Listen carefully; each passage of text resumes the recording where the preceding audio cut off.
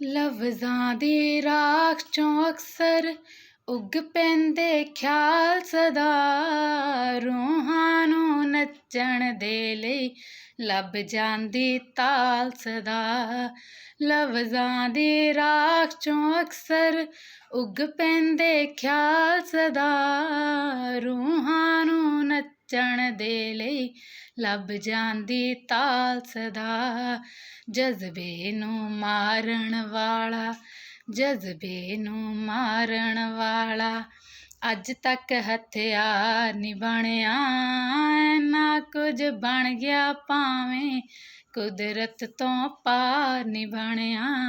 ਬੰਦੇ ਦੇ ਹੱਥਾਂ ਵਰਗਾ ਕੋਈ ਔਜ਼ਾਰ ਨੀ ਬਣਿਆ।